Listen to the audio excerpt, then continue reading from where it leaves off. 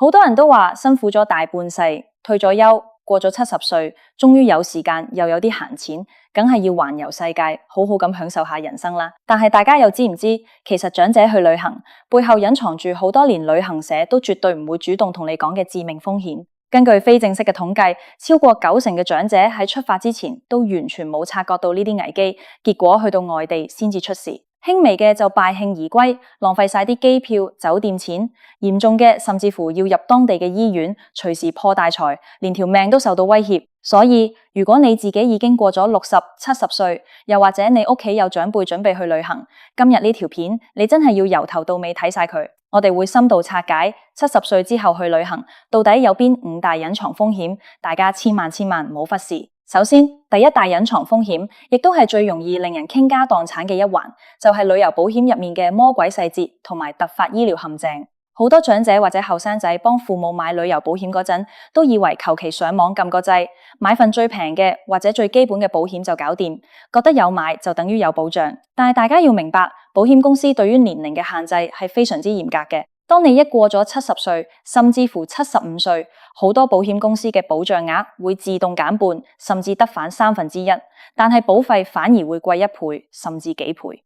呢個都仲未算係最危險，最危險嘅係已有病症呢4個字。好多70歲以上嘅老友記身上多多少少都有啲血壓高、膽固醇高或者糖尿之類嘅慢性病。如果你喺外地突然之間中風，又或者心臟病發，保險公司去查你嘅病歷，發現原來呢啲係你本身已經有嘅隱疾，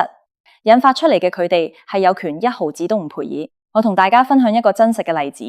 之前有個72歲嘅陳伯同屋企人去歐洲玩，陳伯平時行得走得係有少少血壓高，一直都有食藥控制住，所以大家都冇為意。點知去到瑞士嗰陣，可能因為天氣太凍，加上行程緊密，休息唔夠，陳伯突然喺酒店暈低，送入當地醫院，發現係輕微腦出血。瑞士嘅醫療費用有幾高，相信大家都聽過。住咗幾日醫院，加埋各項檢查，張單已經係幾十萬港紙。屋企人諗住有買保險啦，點知保險公司話呢個係由高血壓引起嘅已有病症，拒絕理賠。最後屋企人要4圍撲水，搞到一頭煙先可以接陳伯返香港。所以老友記出發前一定要去睇一次家庭醫生，攞一份適合旅行嘅健康證明，同埋一定要買一份明文規定包已有病症嘅高階旅遊保險，千萬唔好為咗慳嗰幾百蚊保費而因小失大。講完醫療保險，我哋嚟睇下第二個超過90%長者都忽略嘅隱藏風險，就係長途交通工具帶嚟嘅經濟客位症候群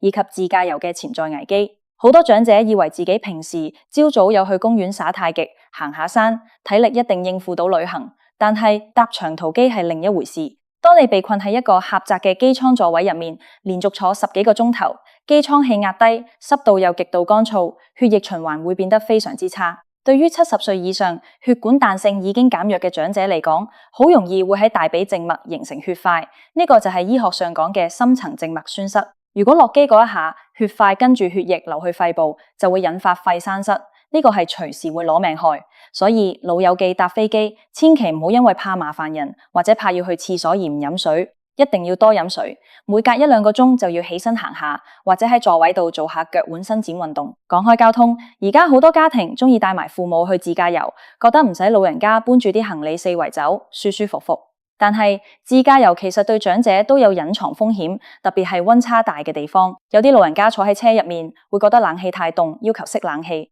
但係如果有啲老輩經驗嘅司機就會知道，喺落雨或者天氣凍嘅時候，車廂內外溫差大，好容易會搞到車窗起霧，嚴重影響司機嘅視線。呢個時候千祈唔好信網上嗰啲咩偏方，亂咁抹玻璃。其實有一個好簡單嘅汽車小妙招，就係一定要開冷氣，利用冷氣嘅抽濕功能，同時將車窗稍微開一條細縫，等空氣流通，車內除霧嘅效果係最快最安全嘅。長者坐車如果覺得凍，應該係着多件衫或者帶張薄毛氈，而唔係叫司機熄冷氣，因為咁樣會直接影響行車安全，搞到成車人都有危險。跟住落嚟，第3個隱藏風險係同日常用藥同埋時差有關。好多長者出門都會帶一大袋平時食開嘅藥，但係超過90%嘅人都會犯一個錯誤，就係為咗慳位，將啲藥全部拆晒出嚟，擺入嗰啲一格格嘅藥盒仔入面，將原本印有醫生名、病人名同埋藥物標籤嘅包裝全部掉晒。呢個係非常之危險嘅做法。外國嘅海關對於藥物管制係非常嚴格嘅。當海關見到你帶住一大堆冇任何標籤、顏色鮮豔嘅不明藥丸，佢哋有權懷疑你帶緊違禁藥物，甚至係毒品。輕則將你啲藥全部充公，重則隨時拉你入去扣留問話。試諗下，一個70幾歲嘅老人家去到外地，語言唔通，啲救命藥又被沒收晒，嗰種彷徨真係難以想象。正確嘅生活黑客做法係點呢？首先，所有處方藥物一定要連埋印有你個名同埋醫院標籤嘅原裝藥袋或者藥盒一齊帶，最好叫相熟嘅醫生寫定一封英文嘅醫生信，簡單列明你有咩病歷同埋需要食緊咩化學成分嘅藥。另外，藥物一定要分開2批擺，一批放喺更新嘅手提行李，另一批放喺寄艙行李。萬一航空公司寄失咗你個啫，你都有更新藥可以頂住先。仲有時差都係一個大問題，例如血壓藥或者糖尿藥，平時喺香港係朝早8點食，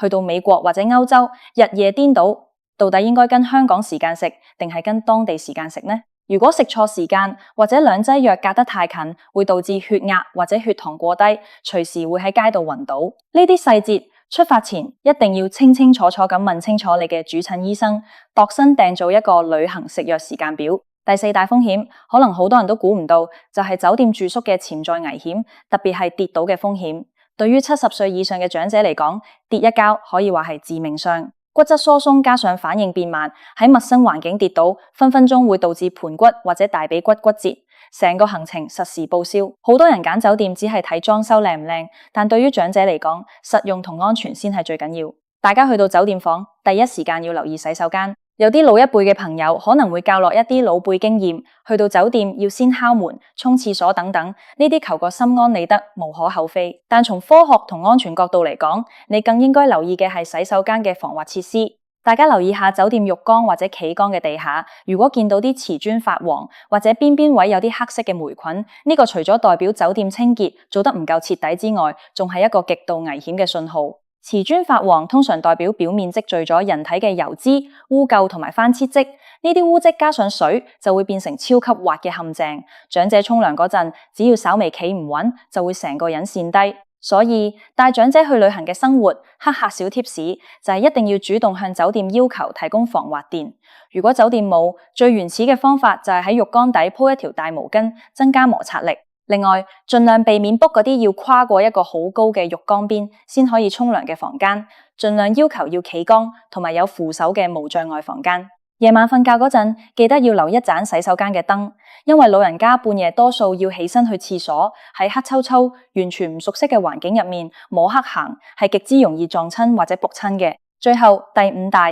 隱藏風險，亦都係最容易病從口入嘅一環，飲食適應同埋腸胃危機。好多時去旅行，大家嘅心態都係一場嚟到，梗係要試下當地最地道嘅美食啦。但係長者嘅消化系統同埋腸胃抵抗力已經大不如前，過咗70歲，胃酸分泌會減少，腸道蠕動都會減慢。去到東南亞國家，天氣熱，好多人中意食啲生冷嘢、街邊小食或者海鮮。對於後生仔嚟講，可能最多肚痛去2次廁所就冇事，但對於長者嚟講，急性腸胃炎引發嘅上吐下瀉會極速導致身體脫水。長者脫水係非常之危險嘅，會引起電解質失衡，甚至影響心臟功能。仲有去到啲氣候乾燥嘅地方或者高海拔地區，飲食習慣嘅改變都會令長者好容易便秘，幾日去唔到廁所，成個人會好暴躁，甚至會肚痛到行唔到路。所以長者旅行嘅飲食原則一定要堅持少食多餐，熟食為主，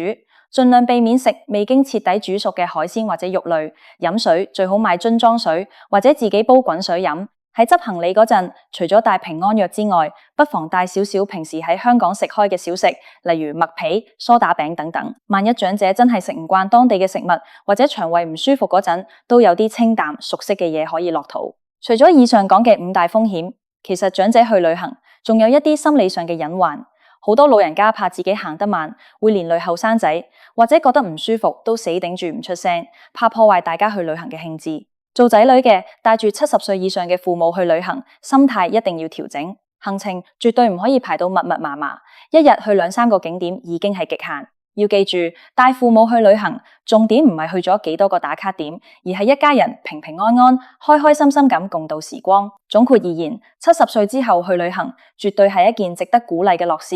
但前提係必須要有萬全嘅準備。買足夠保障嘅保險，了解交通工具上嘅身體變化，妥善管理好隨身藥物，時刻警惕住宿環境嘅防滑安全，以及嚴格把關飲食衛生。只要避開呢5大超過90%長者都冇察覺嘅隱藏風險，老友記絕對可以安心咁享受世界各地嘅風情，真正做到退而不休，精彩人生下半場。希望今日嘅分享可以幫到各位準備出遊嘅老友記，或者準備帶父母去旅行嘅朋友。旅行最緊要係開開心心出發，平平安安返屋企。祝大家都有一個愉快又安全嘅旅程。